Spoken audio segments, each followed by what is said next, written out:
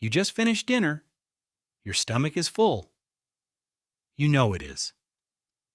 You can feel the tightness, the warmth, the clear biological signal that says stop. And then someone brings out dessert, and you eat it anyway.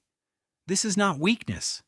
This is not a lack of willpower. This is something far older than you, far stranger than you, and far more powerful than any diet plan ever written.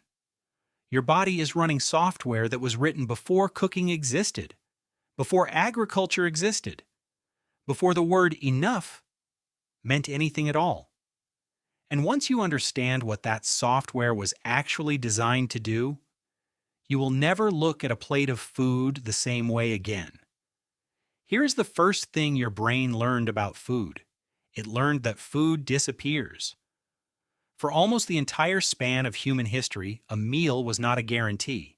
It was an event. Your ancestors did not open a refrigerator. They did not order from an app.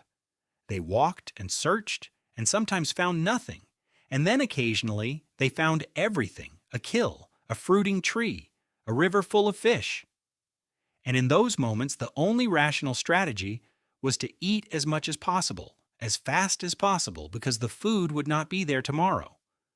Your brain encoded that strategy deep into its reward circuitry, not as a conscious decision, as a reflex, as something that simply happened, the way your knee jerks when a doctor taps it. The sight of food triggered eating. The taste of food triggered more eating. And nothing in the environment ever consistently said stop until the animal was physically unable to continue. That animal is still inside you. It is listening right now. In the 1950s, a physiologist named James Olds discovered something that would change how scientists understood the brain forever. While running experiments on rats, he stumbled onto a cluster of neurons in the hypothalamus that, when stimulated, produced an overwhelming drive to keep doing whatever the rat was doing. He called it the pleasure center. Later researchers would identify this as the dopamine reward system. And the food manufacturers of the 20th century, whether they knew the neuroscience or not, had already figured out how to use it. Salt, fat, and sugar. Not separately, together. Because together they trigger a dopamine response that your ancient brain categorizes as a survival jackpot. Your body releases a cascade of neurochemicals that say yes, more, now, again. Not because you are broken, because for the vast majority of human history, finding something that tasted that good meant you had found a dense, calorie-rich, life-sustaining resource. The euphoria was the correct response. It was evolution saying, you did well, you found the thing that keeps you alive. The problem is that the thing that keeps you alive used to be a rare, seasonal berry. Now it is a chip engineered in a laboratory to produce the exact chemical response your ancient brain associates with survival. But the dopamine story is only half of it. Because there is a second system, quieter and stranger, that has been working against you this entire time. Researchers at Yale University, led by neuroscientist Dana Small, used brain imaging to study what happens when people eat past the point of fullness. What they found was counterintuitive. The brain does not simply turn off hunger signals when the stomach is full. Instead, it runs two systems in parallel. One tracks hunger, one tracks reward. And crucially, these two systems do not always agree. You can feel physically satisfied and still want to eat, not because your body needs the food, because the reward system has not received what it considers a complete signal. And what completes that signal changes depending on what you are eating. Highly processed food designed to deliver fat, salt, and sugar in precise ratios can keep the reward loop open long after the stomach has sent its stop message. The brain hears two signals at once, full and also not done yet. This is why you can eat an entire meal and still feel like something is missing. It is not a psychological failing. It is two ancient systems being handed a problem they were never built to solve. And then there is the stretch receptor.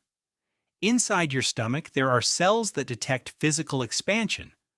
When your stomach walls stretch, these cells send a signal up through the vagus nerve to your brain that says, "Capacity reached. Stop." This is your primary fullness signal. It is reliable, automatic, and mostly ignored. Why is it ignored? Because it takes time.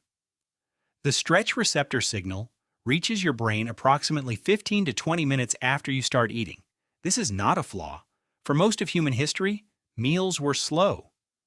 You chewed raw food for a long time. You sat with your group. The delay did not matter because the rate of consumption was naturally slow enough for the signal to catch up. Now you eat a bowl of ramen in 4 minutes. You eat a bag of chips in the dark in front of a screen.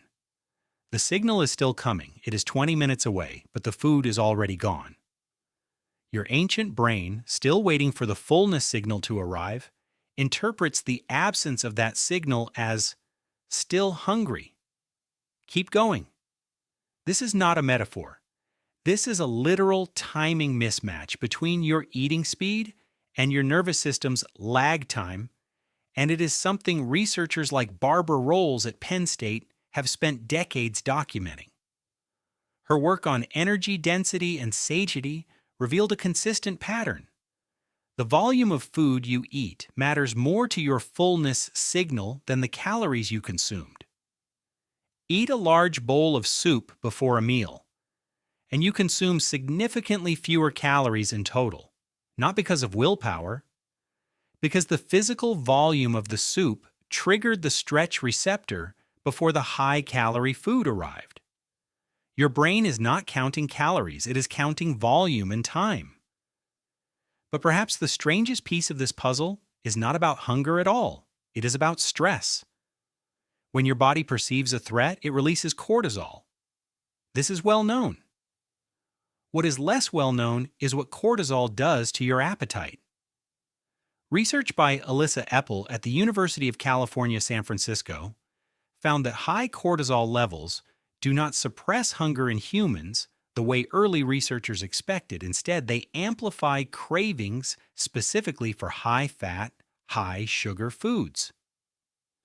The technical term is stress-induced eating.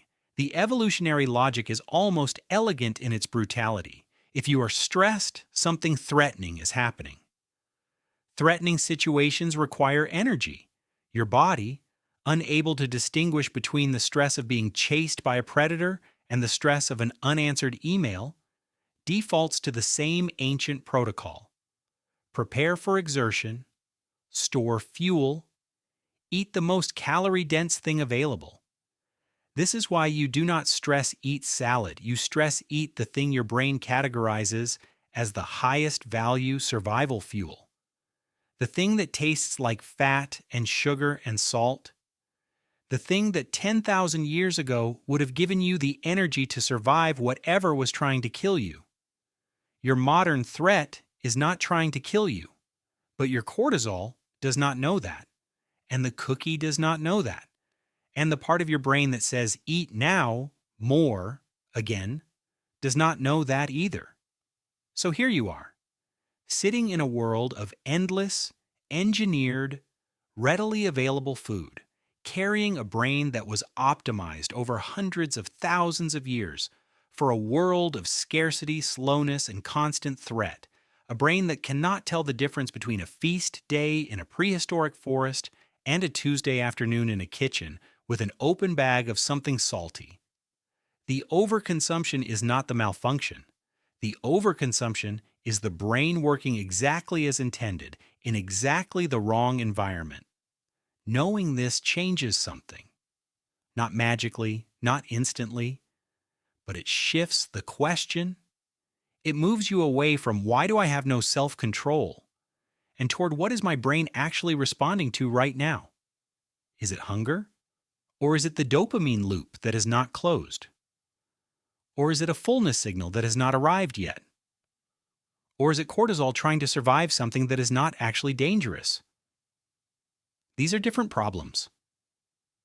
And different problems have different answers. The philosopher and anthropologist Claude Lévi-Strauss once wrote, that food is not only good to eat, it is good to think. He meant that what we consume says something about who we are and what we believe.